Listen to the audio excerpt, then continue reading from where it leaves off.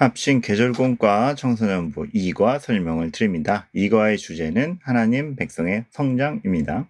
우리가 1과에서 다루었다시피 지금 팔복의 내용을 배우는데 전반부를 먼저 배웠고 2과에서는 후반부 4개에 해당되는 극률, 화평, 청결, 박해에 대해서 살펴보도록 하겠습니다. 1과에서 배운 대로 이것은 단순 윤리 도덕이 아니라 하나님 백성이 어떠해야 하는지에 대한 점이라는 것 다시 한번 명심하는 가운데 전체 구조 한번 보죠.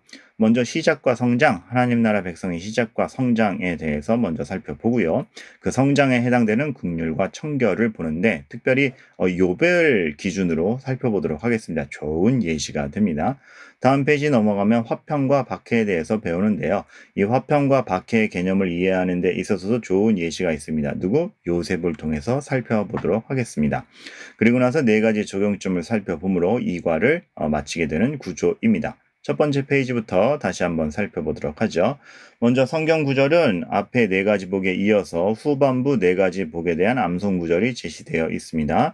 긍휼, 청결, 화평, 의를 위하여 박해 이 개념 잘 숙지하고 암기하고 출발하시기를 바라겠고 시작은 먼저 이분이 먼저 나옵니다. 누구 사진 같습니까? 네, 그 유명한 종교개혁자 마틴 루터입니다. 루터는 믿음만 강조한 사람처럼 생각되는데 그렇지 않습니다. 믿음만 강조한 게 아니라 믿음으로 모든 걸 시작해야 된다를 강조했다가 더 맞는 말이죠.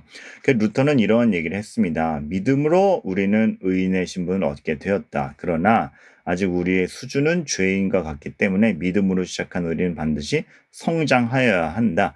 믿음만 얘기한 게 아니라 믿음으로 출발해서 성장을 이루어야 한다라는 걸 신앙의 근본으로 두었고 이것이 이번 과에서 아주 필요한 개념이기도 한 것이죠. 우리의 성장이라는 개념에서 그렇습니다.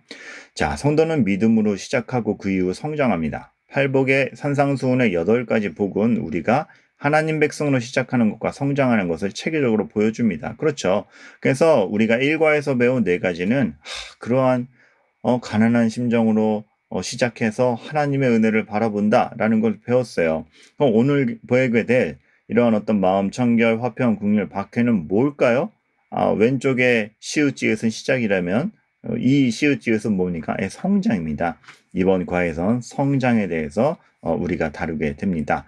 그래서 처음 4개의 복은 우리가 하나님 은혜가 필요하다는 사실을 알려준다면 오늘 배우는 4개의 복은 하나님의 은혜로 성장하는 모습을 가르쳐 준다라는 것, 이 성장, 시작과 성장의 이음새 개념을 여러분들이 잘 이해하시는 가운데 그 성장의 처음 개념인 긍휼과 청결 살펴보겠습니다. 아까 누구 통해서 알아본다라고 했습니까? 네, 욥.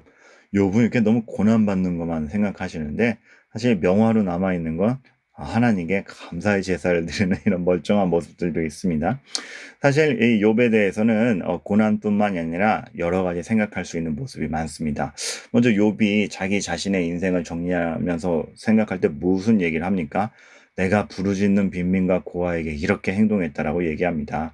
빈민과 고아를 건졌고 사람들이 그 정말 어려운 지경에 있는 사람들이 부자인 욥을 질투하거나 시기하는 게 아니라 그 사람들이 욥을 위해 복을 빌 정도로 뒤집어 생각하면 그 정도로 욥이 얼마나 주변 사람들에게 성심을 다했는지 알 수가 있는 것이죠.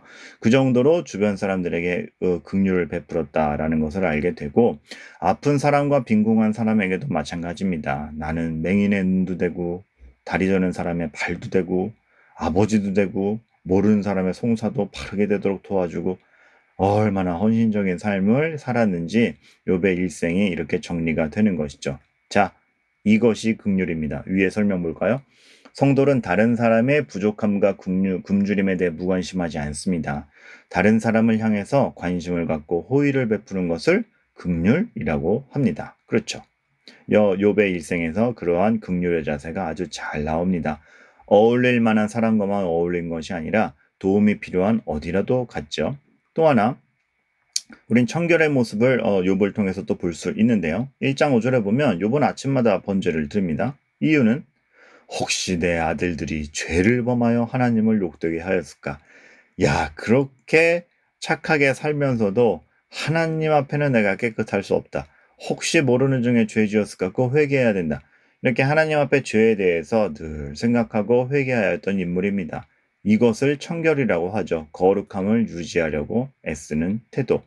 그래서 욥의 인생을 보면 조건 없이 호의를 베풀었습니다. 사랑의 마음으로 상대방에게 관심과 애정을 기울였죠. 이것이 긍휼입니다. 또한 말과 행실일 뿐 아니라 마음의 성결을 늘 되돌아보며 하나님 앞에 더럽혀지지 않기를 힘썼죠.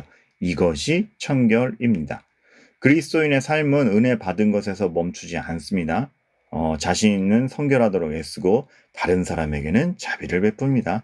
이것이 그리스도인의 긍휼과 청결로서 성장하는 사람의 특징이라는 거.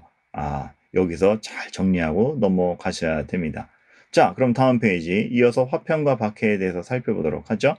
긍휼 청결에 이어지는 개념은 화평과 박해인데 이것은 우리가 그 유명한 욥을 통해서 살펴볼 수 있는 개념들입니다. 욥은 형들에 의해서 이집트로 팔려갔죠. 엄청 고생합니다. 물론 나중에 총리가 됩니다. 근데 문제는 이것입니다. 총리가 됐으면 이제 형들에게 복수할 기회가 있죠. 강대국의 고급 관리가 되었는데 그러나 요셉의 형들에게 한 고백은 무엇입니까? 다시 만났을 때. 이렇게 얘기합니다. 창세기 50장 20절 당신들은 나를 해하려 하였으나 하나님은 그것을 선으로 바꾸사 오늘과 같은 많은 백성의 생명을 구원하게 하시려 하셨다. 요셉은 과거의 비극을 기억하면서 복수하려고 하지 않습니다. 그리고 오히려 하나님의 은혜를 기억하면서 모두 화평을 이룰 수 있음을 감사하고 있죠. 분명 형들의 행동은 악한 행동이었습니다. 요셉이 당한 일도 큰 고난이었어요. 그러나 요셉은 악한 일들과 고난들로 다 하나님의 다스림을 벗어나지 않는다. 이거 굳게 믿었죠. 그리고 하나님께서 악을 손으로 바꾸셔서 놀라운 일을 이루신다는 사실을 고백합니다. 그렇기 때문에 이렇게 하나님의 은혜를 입은 사람 요셉은 하나님의 선하신 계획을 생각하면서 앙심을 품기보다 용서하고 화평을 도모하게 되는 것이죠. 이것이 바로 화평의 개념입니다. 그냥 착하다, 좋은 게 좋은 거야가 아니라 하나님의 섭리를 인정하는 사람이 화평할 수 있는 것이죠.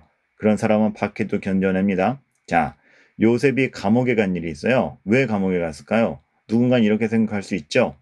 요셉이 악한 행동에서 감옥에 간 건가? 그렇지 않습니다. 절대 그렇지 않아요. 오히려 죄를 짓지 않으려다가 감옥에 갔습니다. 굉장히 아이러니하죠. 요셉의 상황은 이렇습니다. 애굽으로 팔려가자마자 주인 보디발을 만납니다. 아주 권력자 중에 한 명이었죠. 근데 보디발의 아내가 요셉을 유혹하는 겁니다. 여기서 종이었던 요셉 얼마나 난감합니까? 주인을 배반할 수도 없고. 그런데 그 부인은 또 자기를 유혹을 하고 아예 이 부인에게 그냥 부인의 감정을 맞춰주면 내 삶이 더 편하지 않을까? 눈 딱 감고 속이고선 이 부인이랑 기분을 맞춰주면 내 인생이 더 편할 텐데 오히려 반항하다가 더 큰 화를 당하지 않을까? 여러 고민이 많을 것입니다. 그런데 요셉의 판단 요건은 하나였죠. 내가 하나님 앞에 어떨 것이냐? 요셉은 하나님 앞에서 정결함을 지키기 위해 유혹을 거절합니다. 참 거절하기도 힘들었을 유혹인데 자기 주인이 요구하는 거 아닙니까? 근데 그걸 거절하고 이에 따라 겪게 되는 고난을 받아들입니다. 정결을 지키기 위해서 고난을 선택한 것이죠. 하나님의 백성으로서 죄를 짓지 않기 위해 어려움을 감수하는 태도가 바로 의를 위하여 박해를 받는 것입니다. 자, 이렇게 화평을 이루고 의를 위해 박해를 받는 건 힘든 일인데 희생도 필요한데 주님께서는 이것을 기쁨이라고 말씀을 하십니다. 문제 5번 마태복음 5장 12절에서 보면 이러한 것이 왜 기쁨이 된다 그러죠? 첫 번째, 천국의 상이 크다. 두 번째, 옛날 선지자들도 그랬다. 간추려 얘기하면 뭐겠습니까? 이렇게 의를 위하여 고난을 감수할 수 있는 것이 하나님 나라에 속해 있다는 강력한 증거다. 너희는 정말 천국이 있는 걸 아는구나. 그걸로 원하는구나. 선지자들도 그랬듯이 너희도 그러는구나. 일시적인 편안함을 추구하는 사람이 아니라 영원한 천국을 기대하는 사람들로 서 있구나. 이것의 증거가 바로 화평을 이루고 의를 위해 박해받는 사람들의 마음인 것이죠.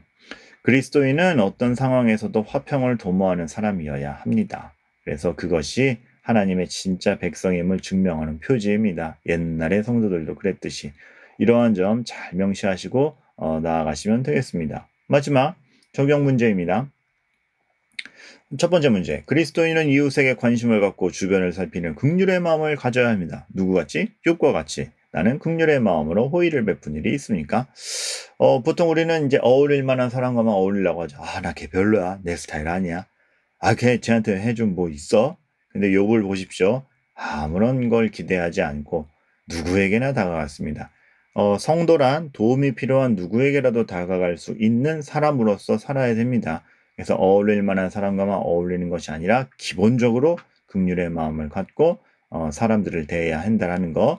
상대가 누구이든지 도움이 필요하다면 기꺼이 가고 관심을 기울이는 마음을 가져야 한다는 걸 아이들에게 말씀해 주시기를 바라겠고, 그러한 태도, 각오 혹은 경험을 얘기해 보면 좋을 것 같습니다. 두 번째, 우리는 옷에 조금만 얼룩이 묻어도 지우려고 노력합니다. 마찬가지로 영혼에 대해서도 그렇게 민감합니까? 자, 하얀 옷에 얼룩 묻어, 아이고, 어떻게 지워? 김치국물 튀면, 아이고, 어떻게, 그러죠? 근데 우리 영혼에 대해서도 그럽니까? 욥은 그랬었죠. 욥은 그래서 매일 아침 혹시 모르고 지을 죄를 위해서 이렇게 제사를 드렸었죠. 우리는 나에게 유혹을 가져다 줄 수 있는 모든 요소들을 그래서 이게 멀리 할 줄 알아야 됩니다. 아, 해, 이거 요즘 애들 다 하는 거야. 이런 식으로 이렇게 남들이 한다고 다 하는 것이 아니라 이것이 지금 나에게 정말 유혹을 가져다 줄 수 있는 나쁜 것이라면 난 작은 것이라도 멀리 하겠다. 그런 노력이라도 있어야 되는 것이죠. 죄에 대해 민감하며 죄를 피하기 위해 노력하는 태도 아이들에게 말해보게 합니다. 세 번째, 그리스도인은 무관심과 이기심으로 살면 안 됩니다. 그렇죠? 요셉을 봐서도 알지만 화평할 수 있도록 우리는 뭔가 행동을 해야 됩니다. 내가 먼저 사과해야 되는데 자존심부터 세우죠. 자존심보다 중요한 게 화평이라는 거 아이들에게 가르치시고, 나는 지금 화평하기 위하여 무슨 행동을 해야 되는가? 마음 태도가 뭐 잘잘못을 따지지 말자 이런 차원이 아니라 화평을 이루기 위해서 하는가? 그러니까 잘잘못을 가리는 것도 상대방의 잘못을 들추어내기 위한 것이 아니라 그 아이가 그 잘못을 깨닫고 잘되게 하기 위함인가, 혹 내가 먼저 사과할 곳 없는가 바라보는 사람이 돼야 되는 것이죠. 쟤는 당해봐도 돼. 이런 마음가짐으로 살면 절대 안 된다라는 거, 우리가 무엇을 추구하는 사람들인가 알려주시기를 바랍니다. 마지막 문제. 선지자들은 많은 박해를 당했지만 하나님이 전한 일을 멈추지 않았습니다. 어려움 피하는 것보다 이 하나님 뜻 전하는 걸 더 귀히 여긴 거죠. 우리에게 이런 불편함은 뭐가 있겠습니까? 선생님의 예화를 먼저 아이들에게 말씀해 주세요.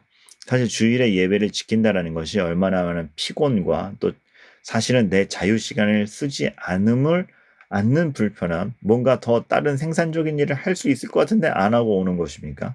네, 그 불편함을 마땅히 감수하는 거죠. 그리고 그것이 사실은 불편함이 아니라 오히려 하나님 앞에서의 가득한 은혜를 맛보는 시간이고, 내가 일을 더하고 자유를 더 만끽하는 것보다 훨씬 더 큰 복의 근원이 된다는 걸 아이들에게 알려주시기를 바라겠고, 혹은 내가 상대방과 화평하기 위해서 내가 상대방을 위해 주다가 당한 어려움들, 오히려 상대방을 높여주다가 내 자존심 상하는 일들, 그런 경우들 많은 것입니다. 그런데 그게 오히려 결과적으로는 하나님 앞에 복된 일이고 내가 더 높아지는 길이다라는 걸 아이들에게 알려주시기를 바라겠습니다.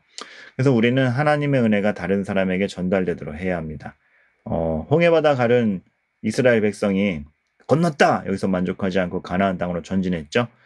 은혜로 시작한 우리는 성장을 위해서 계속 나아가야 한다는 것 아이들에게 가르치시는 가운데, 이 8가지의 복이 시작과 성장이라는 이음새 속에서 구성되어 있다는 사실, 그래서 신앙의 기초와 삶의 기본 태도를 가르쳐 준다는 거 아이들에게 각인시키는 가운데 2과를 마무리하시면 되겠습니다. 감사합니다.